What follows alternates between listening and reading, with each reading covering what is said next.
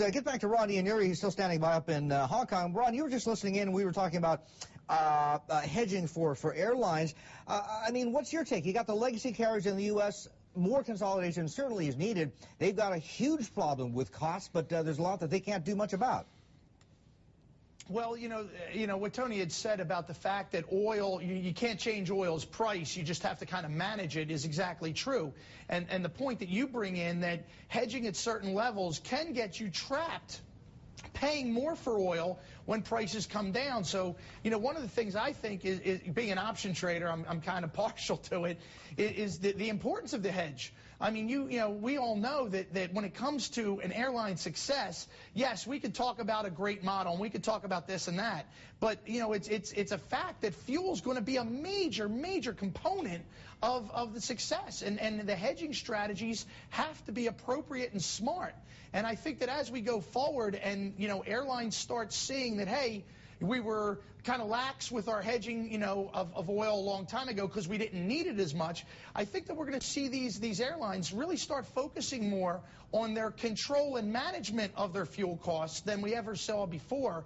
And that really, I think, could make a major difference. Those airlines that figure out how to properly manage their fuel costs are going to be the ones doing well. And those that can't figure it out, and there are, unfortunately, a lot of them, well, I don't think we're going to be seeing them around too much longer. Yeah, I tell you, I want to pose this last question to the both of you, to Ron and also to Craig. This pullback we've seen, not just oil, but across the complex, has got people going, okay, great, so inflation is not so much of a problem. Maybe we should be worried more about growth now. Maybe central banks need to start cutting interest rates. If that does happen, and we're already seeing signs of that down in Australia, is that not going to pull the rug out from under the dollar, one, and also, because there's negative correlation between dollar and oil, push oil back up? What is the risk of that happening? Ron as well as Craig. Ron first.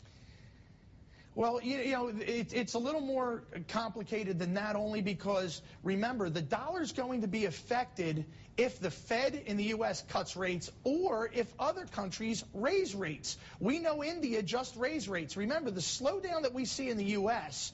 has been a lot more dramatic than a slowdown that we've seen in Asia. If the Asian economies continue to grow the way they are, and I'm out here now, and the growth is just insane. If they continue to grow, then they're going to have to look to start raising rates. And as they raise rates, that's also going to affect the dollar. I think this downturn in oil is simply just a pullback.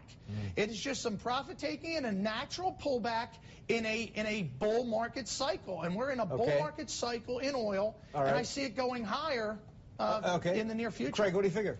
Well, I honestly don't see oil going down substantially in the near future, and it's cutting interest rates over the last 6 to 7 years that got the world financial picture. You know, Al Greenspan had 17 consecutive rate cuts. That started this whole credit crisis.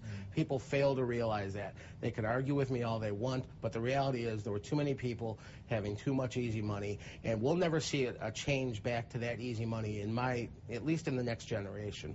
We're looking at a generational change here. And oil will continue to go up based on demand. This is just a correction. Before everyone starts celebrating, realize that we're still at 120 oil. Okay, we'll get back to you, Craig. You hold those thoughts. And thank you very much, Ron Ianieri, Chief Options Strategist at the Options University.